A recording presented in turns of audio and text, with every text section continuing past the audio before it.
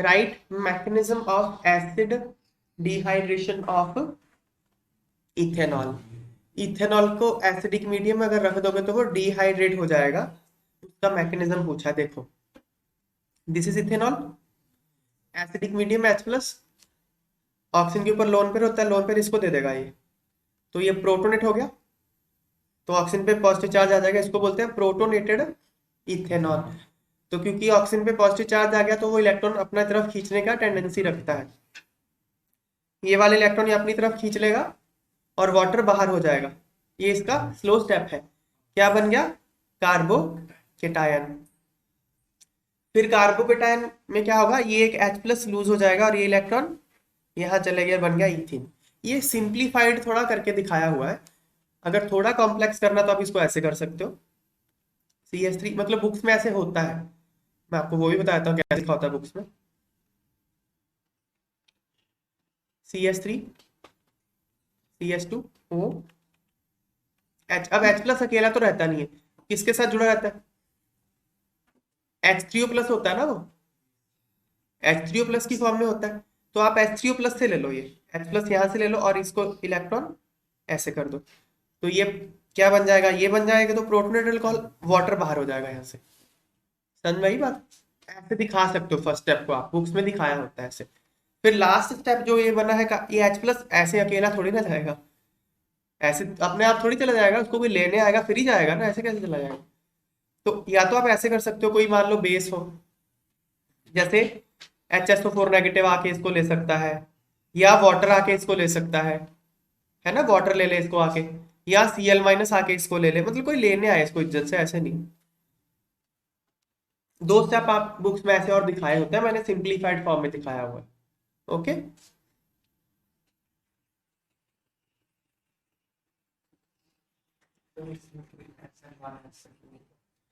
ये SN1 SN2 नहीं कहना आपने, क्योंकि ये एलिमिनेशन रिएक्शन है। देखो SN1 SN2 कब बोलते हैं? जब न्यूक्लियोफिलिक सब्स्टिट्यूशन होती है। यहाँ पे क्या सब्स्टिट्यूशन हो रही है? नहीं, यहाँ पे OH बाहर गया, यहाँ से H गया, ये एलिमिनेशन रिएक्शन है। This is elimination reaction. To be more specific E1 reaction है ये, E1 रिएक्शन है, एलिमिनेशन यूनिमॉलिक्यूलर। इसमें कार्बोकेटायन फॉर्म हो रहा है ना। इसका देखो ये स्लोएस्ट स्टेप है इसका, इसके स्लोएस्ट स्टेप में सिर्फ एक ही मॉलिक्यूल इन्वॉल्व है। This is E1, two step reaction है ये, step 1 step 2। Elimination unimolecular, acid catalyzed dehydration of alcohols to give alkenes is elimination reaction, E1 reaction। ये बात लिख लो, है ना। acid catalyzed dehydration of alcohols to alkenes is the E1 reaction।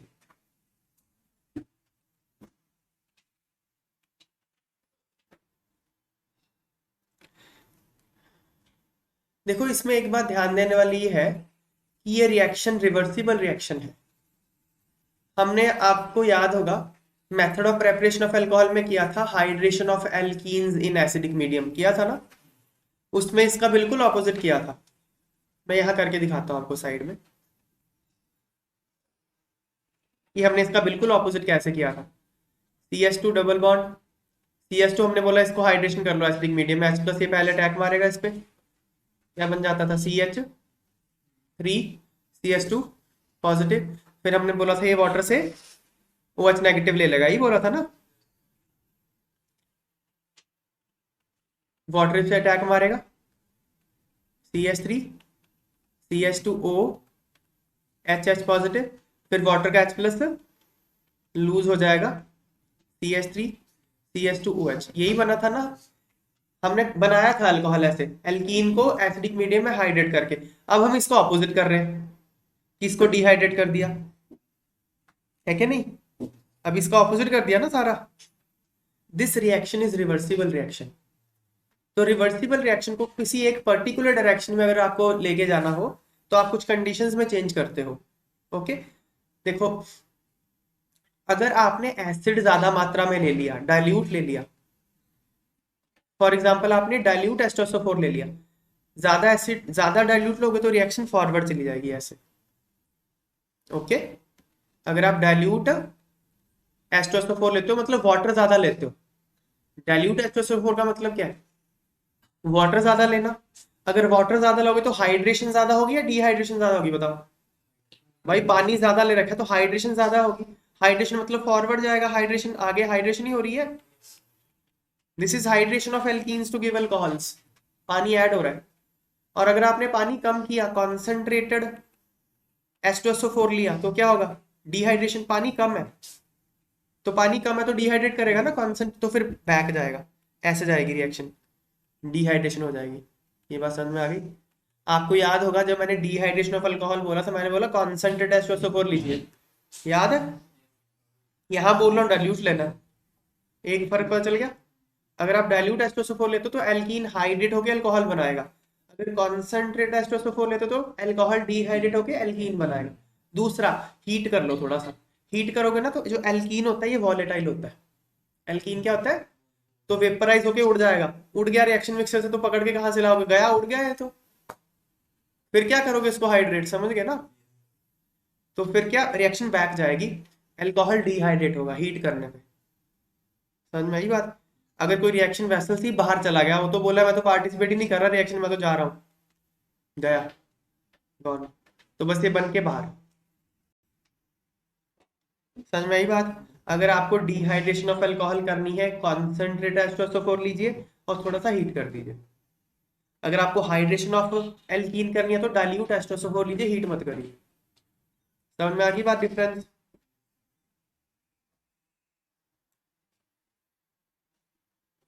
Next,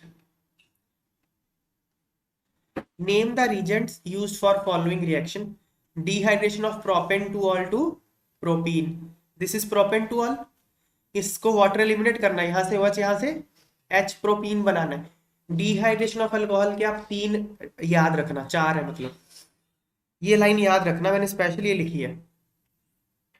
alcohols undergo dehydration, dehydration मतलब removal of molecule of water to form alkenes. किस किस के साथ? किसी प्रोटिक एसिड के साथ, फॉर एग्जांपल कॉन्सेंट्रेटेड H2SO4 या फिर H3PO4। कॉन्सेंट्रेटेड लेना है, सल्फ्यूरिक एसिड ले लो या फॉस्फोरिक एसिड ले लो, या फिर catalyst such as anhydrous zinc chloride और एल्यूमिना।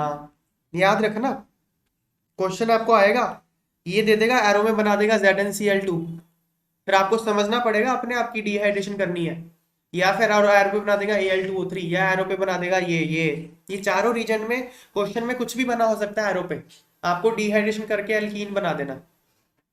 समझ में आ गई बात है? ये चारों याद रखने होते हैं, इसलिए मैंने छापा है यहाँ बुक में, बिल्कुल ध्यान से, ठीक है? नेक्स्ट,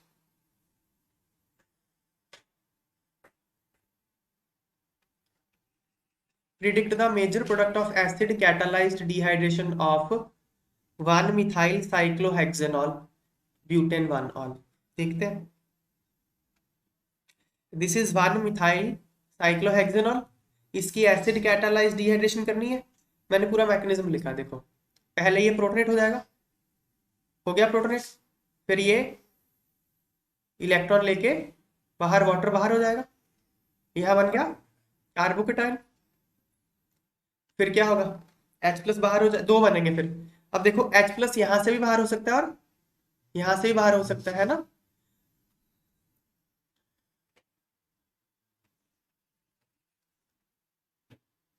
सपोज यहाँ ये क्या लगा है ना यहाँ पे, सपोज H+ यहां से बाहर होगा तो इलेक्ट्रॉन अपने यहाँ इसको दे देगा,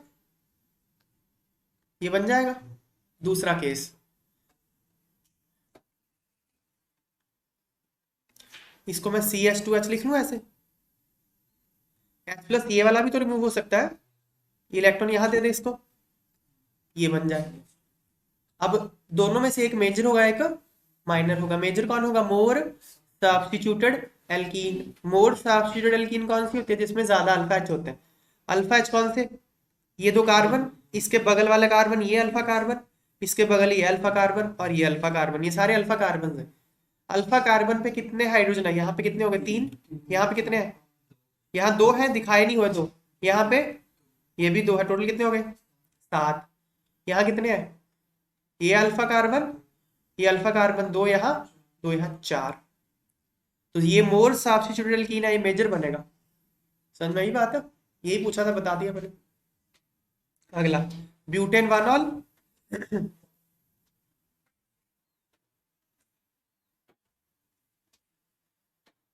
यहाँ पे एक स्पेशल बात है, देखो ब्यूटेन 1 ऑल में जो बात है ना अब तक हमने नहीं करी, वो है रीअरेंजमेंट की बात।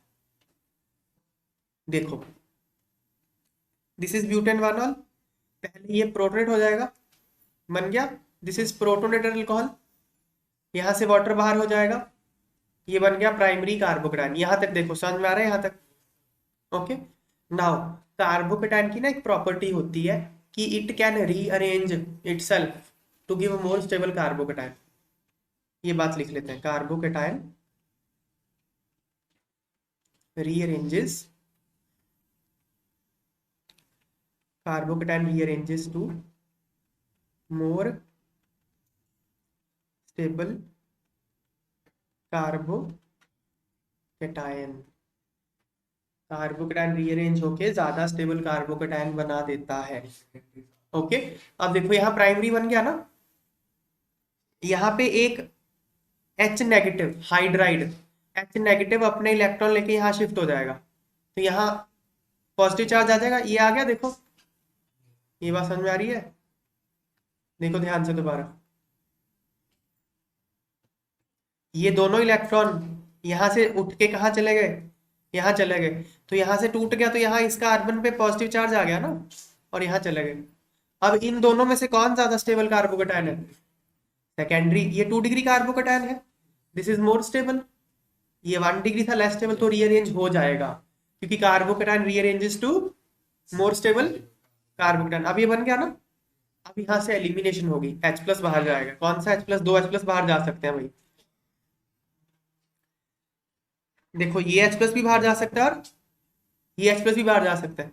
अगर तो ये वाला गया तो क्या होगा, यहाँ डबल बॉन्ड बनेगा, और अगर ये वाला गया तो यहाँ डबल बॉन्ड बनेगा। क्लियर है बात? मोर सब्स्टिट्यूट कौन है? This is more substituted, hence this is a major।